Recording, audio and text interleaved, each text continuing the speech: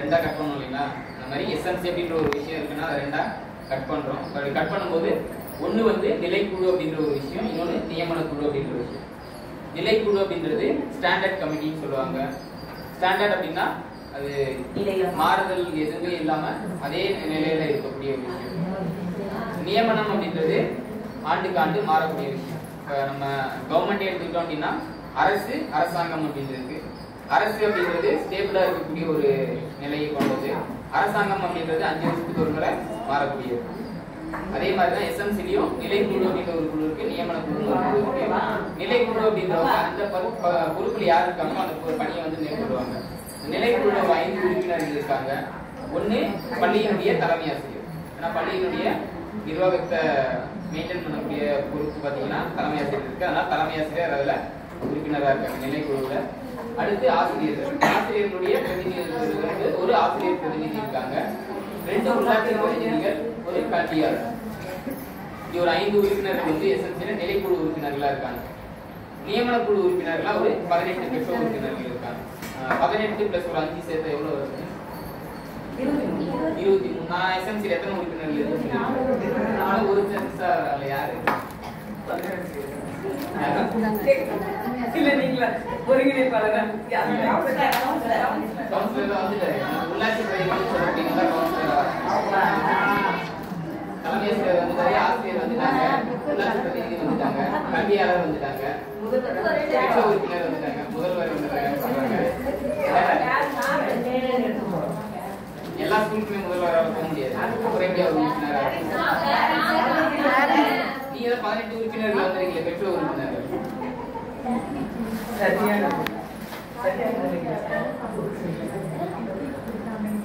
நம்ம ஸ்கூல்ல படிச்சுட்டு போன முன்னாள் மாணவர் அதுல இருந்து ஒரு முன்னாள் மாணவரை பள்ளியோட இணைக்கிறாங்க.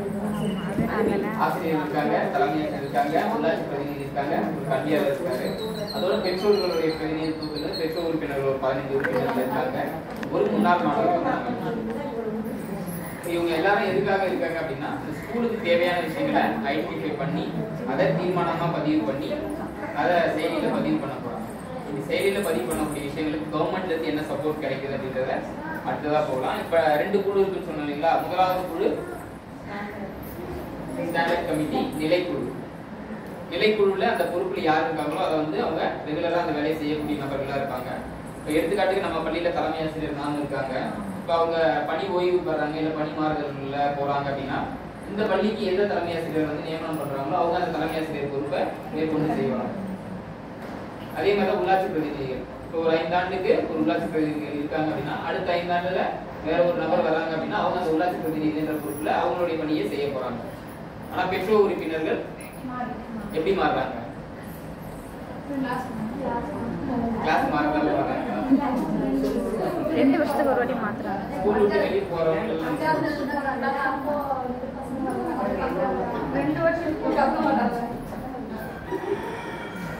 எப்படி சேர்க்கிறாங்க அப்படின்னா முன்னாள் மாணவர்கள் பெற்றோர்கள் அப்படின்ற அடிப்படையில் அந்த உறுப்பினர்களும் சேர்றாங்க. 5வது முடிச்சுட்டு அந்த மாணவர் போகுது அப்படின்னா முன்னாள் மாணவர்கள் பெற்றோர்கள் அப்படின்ற 3 உறுப்பினர்களும் சேர்க்கிறாங்க.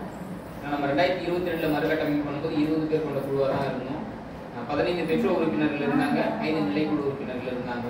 கல்வியாண்டுக்கு அப்புறம் மறுகட்டமைப்பு 4ல பண்றோம். 2 வருஷத்துக்கு ஒரு முறை எஸ்என்சியில எலெக்ஷன் வந்து நடத்தணும் அப்படின்றது ஒரு சட்டத்தால் அங்கீகரிக்கப்பட்ட ஒரு அரசாணை பிறப்பிச்சிருக்காங்க.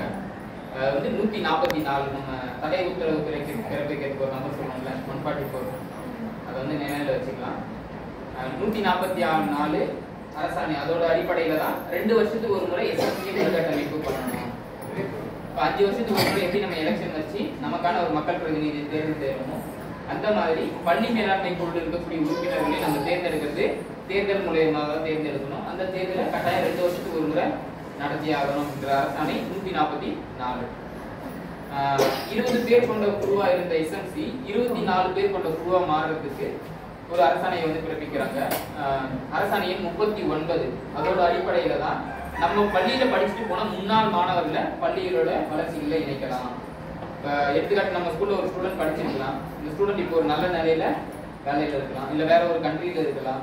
இப்போ அவர் வந்து நான் ஸ்கூலுக்காக ஏதாவது செய்யணும்னு விரும்புறேன் அப்படின்னாக்கா அவரு நம்ம பள்ளியோட வளர்ச்சியில அவரை கான்ட்ரிபியூட் பண்ண வைக்கலாம். அந்த மாதிரி இருக்கக்கூடிய முன்னாள் மாணவர்களை பள்ளியோட வளர்ச்சியில இணைக்கணும் அப்படின்ட்டு இந்த அரசாணை எண் 39 அடிப்படையில முன்னாள் மாணவர்கள் 4 உறுப்பினர்கள் சேர்க்கிறாங்க. நம்ம அந்த சட்டத்தோட அடிப்படையில உருவாக்கக்கூடிய குழுல 75% பெற்றோர் உறுப்பினர்கள் இருக்கணும். முதலாவது அதனுடைய வரைவு. இரண்டாவது 50%க்கு குறையாத பெண் உறுப்பினர்கள் இருக்கணும். அந்த ரெண்டு வரைவுகளோட அடிப்படையில தான் எஸ்என்சில செலக்ட் பண்ணும்போது 75% பேரண்ட் நம்பரை செலக்ட் பண்றாங்க. 50%க்கு மேல பேரண்ட் நம்பர்ல பெண் உறுப்பினர்கள் அந்த குழந்தையினுடைய தாயை வந்து தேர்வு செய்யறாங்க. இதெல்லாம் அந்த சட்டத்தில் இருக்கக்கூடிய வரைவுகள். அந்த வரைவுகள் வந்து மாறக்கூடாது அப்படின்றதுனால 20 பேர் அப்படிங்கும்போது நமக்கு 15 உறுப்பினர்கள் பெற்றோர் உறுப்பினர்கள் 75% எனக்கு ஓகே ஆயிடுச்சு. அதே எனக்கு 24 உறுப்பினர்கள் அப்படிங்கும்போது பெற்றோர் உறுப்பினர்களுடைய எண்ணிக்கை எனக்கு சேஞ்ச் ஆகும் இல்லைங்களா, 75% அப்படிங்கும்போது இப்ப 3 முன்னாள் மாணவர்களின் பெற்றோர்கள். ஏன்னா முன்னாள் மாணவர்கள் தான் அந்த அரசாணையின் படி சேர்க்கிறோம். இந்த முன்னாள் மாணவர்களே பெற்றோர் உறுப்பினர்களை சேர்க்கிறோம். இப்ப நான் இந்த பள்ளியில படிச்சேன், என்னோட குழந்தை இந்த ஸ்கூல்ல படிக்குது, நான் இந்த ஸ்கூலோட அலுமினி. இப்ப நான் வந்து அலுமினி பேரண்ட் மெம்பரா அந்த எஸ்என்சில ஜாயின் ஆகலாம். இன்கேஸ் நான் இந்த ஸ்கூல்லயே படிக்கல, நான் வேற ஏதோ ஒரு மாவட்டத்துல வேற ஏதோ ஒரு கவர்மெண்ட் ஸ்கூல்ல 2 வருஷமோ 1 வருஷமோ படிச்சிருக்கேன், ஆனா என்னோட குழந்தை இந்த ஊர்ல இருக்கக்கூடிய இந்த ஸ்கூல்ல படிக்குது அப்படின்னா அவங்களும் அந்த முன்னாள் மாணவர்களின் பேரண்ட் பெற்றோர் உறுப்பினரா வந்து இடம் பெறலாம். இப்ப 2 கேட்டகரி இருக்கு. அதுல முன்னாள் மாணவர் அப்படிங்கிறது ஒண்ணு நம்ம ஸ்கூல்லயே படிச்சிருக்கலாம், இல்லைன்னா தமிழ்நாட்டில் இருக்கக்கூடிய ஏதாவது ஒரு அரசு பள்ளியில குறைந்தபட்சம் 1 வருஷமோ 2 வருஷமோ படிச்சிருக்கக்கூடிய பேரண்ட் அவங்களுடைய குழந்தை கட்டாயம் தான் படிக்கணும். பெற்றோர் உறுப்பினர்களா இருக்கக்கூடிய எல்லா நபர்களுக்கும் என்ன அடிப்படைன்னா அந்த குழந்தை இந்த ஸ்கூல்ல படிக்கணும். நிலைக்குழுல இருக்கக்கூடிய உறுப்பினர்களுடைய குழந்தை இங்க படிக்கலனாலும் பிரச்சனை இல்லை. அதே மாதிரி இந்த முன்னாள் மாணவர்னு ஒரு நபர் எடுக்கிறோம் இல்லைங்களா, அவருடைய குழந்தையும் இங்க படிக்கலனாலும் பிரச்சனை இல்லை. ஆனா அவர் வந்து நம்ம பள்ளி எந்த பகுதியில் அமைஞ்சிருக்கோ அந்த இடத்துல அவருடைய வீடு அமைஞ்சிருக்கணும். அதே மாதிரி நம்ம பள்ளியில படிச்ச மாணவராக இருக்கணும். குறைந்தபட்சம் 8ஆம் வகுப்பு வரை முடித்திருந்த மாணவர்களுக்கு முன்னுரிமை வழங்கப்படும்.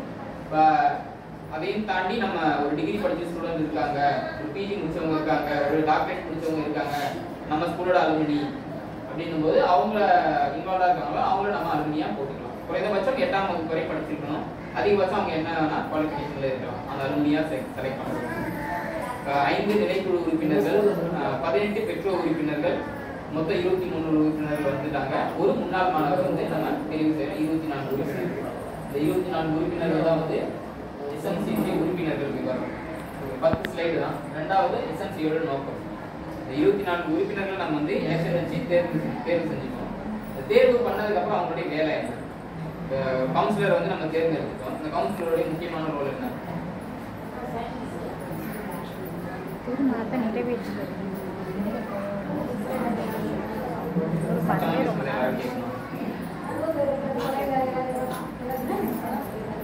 ஒரு குடும்ப தலைவியோ ஒரு